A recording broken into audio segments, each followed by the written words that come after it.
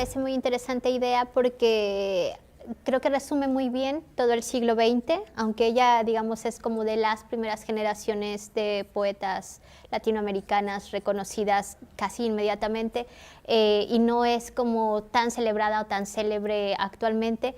Creo que resume muy bien el siglo XX porque habla de dos cosas que a mí me interesan mucho, el ethos y el thanatos, ¿no? Y siempre se está moviendo entre esos dos temas, y creo que más allá de la fuerza poética que la tiene, su poesía nos lleva a hablar sobre temas filosóficos, ¿no? Tú lees esa idea e inmediatamente te pones a pensar sobre realmente cómo llevas tu vida, cómo llevas la muerte, si realmente la has pensado y de qué manera el amor romántico te atraviesa todo el tiempo.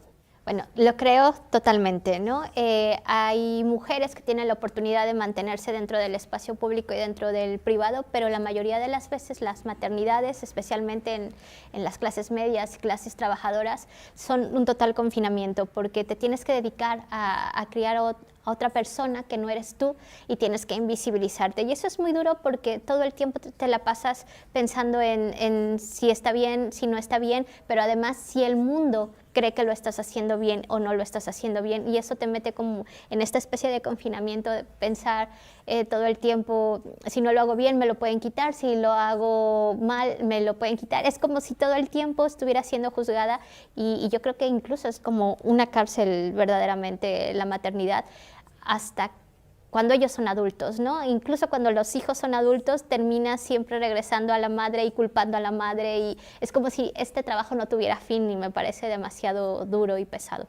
Yo hablo específicamente de México porque actualmente hay 10 mujeres asesinadas al día, que me parece una cifra tremenda, que deberíamos de estar derribando el mismo Estado mexicano ante una cifra así, pero sí creo que esta estructura feminicida está en todo el mundo, especialmente ahora. Yo creo que lo vamos a empezar a ver más después de la pandemia, digamos, como tal. Vamos a empezar a ver cómo nos van a regresar al espacio privado, cómo nos vamos a volver mucho más pobres. Las mujeres en realidad son las más pobres en cuanto a porcentaje, y eso nos hace tener una vida ni siquiera plena ni digna, y vamos a seguir así por mucho tiempo, siempre sosteniendo el capital, ¿no? Por decirlo de una forma muy general.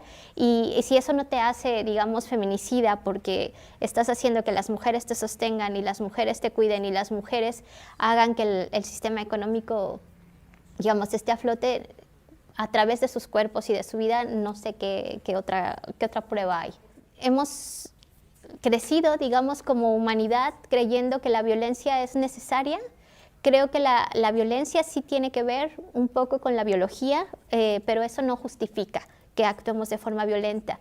Sin embargo, nos han hecho creer que la violencia sirve para obtener poder, que así es, ¿no? Que la violencia sirve para obtener deseos, para cumplirlos, y al normalizarla, digamos, tanto, lo que nos quita, digamos, de la vista, de nuestra mirada, es que existen otras muchas opciones, ¿no? Que no necesariamente tienen que ver con lo bueno, sino con la ternura, sino con la dignidad, con el respeto, como con estas cosas que parecieran fuera del alcance del poder. Yo creo que lo importante aquí es como empezar a cuestionar quién tiene el poder, cómo lo ejerce y cómo nosotros vamos a deslindarnos de ese poder, no generando otros contrapoderes, sino tratando de salirnos de esa lógica.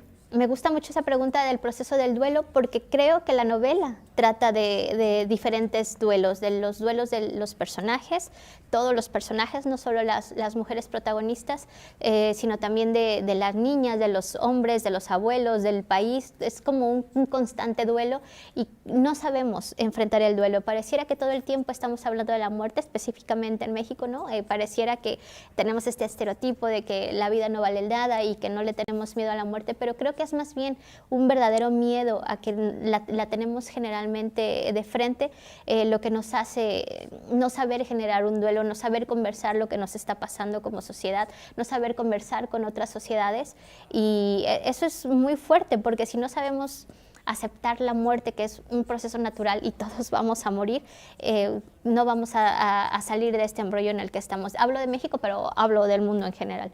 Yo hablaría como muy brevemente de dos cosas, ¿no? Como en lo personal, en el ámbito privado, las desapariciones son una constante. Todo el tiempo estamos desapareciendo, no somos las mismas personas todo el tiempo. Dejamos de ser niños, dejamos de ser adultos, dejamos de ser padres, dejamos de ser... Es decir, como que siempre estamos desapareciendo y no somos las mismas personas todo el tiempo. Y eso también es un proceso que no sabemos, no tenemos las herramientas para afrontar, ¿no? Y siempre tenemos como esta nostalgia del pasado o de un futuro. No sabemos estar en el presente tal cual. Pero ya hablando como de un contexto político de las desapariciones, creo que es el tema del siglo XXI. Es decir, tenemos que resolver todas las desapariciones porque los estados, tal cual los conocemos ahora, están basados en las desapariciones de personas que no estaban de acuerdo con la implementación de un sistema, digamos, democrático como se conoce actualmente, y han sido estas personas, estos cuerpos todavía desaparecidos que sabemos que ya no se van a encontrar vivos, los que han permitido que digamos, nosotros actualmente sigamos cuestionando, y lo tenemos que seguir cuestionando para buscar respuestas, ¿no? Hablo de México, hablo de América Latina, pero también hablo de España, ¿no? Tenemos también un pasado bastante escabroso aquí, enterrado debajo de nuestros pies, que tenemos que cuestionar y sacarlo a flote justamente para generar un proceso de duelo que nos ayude a sanar como sociedad.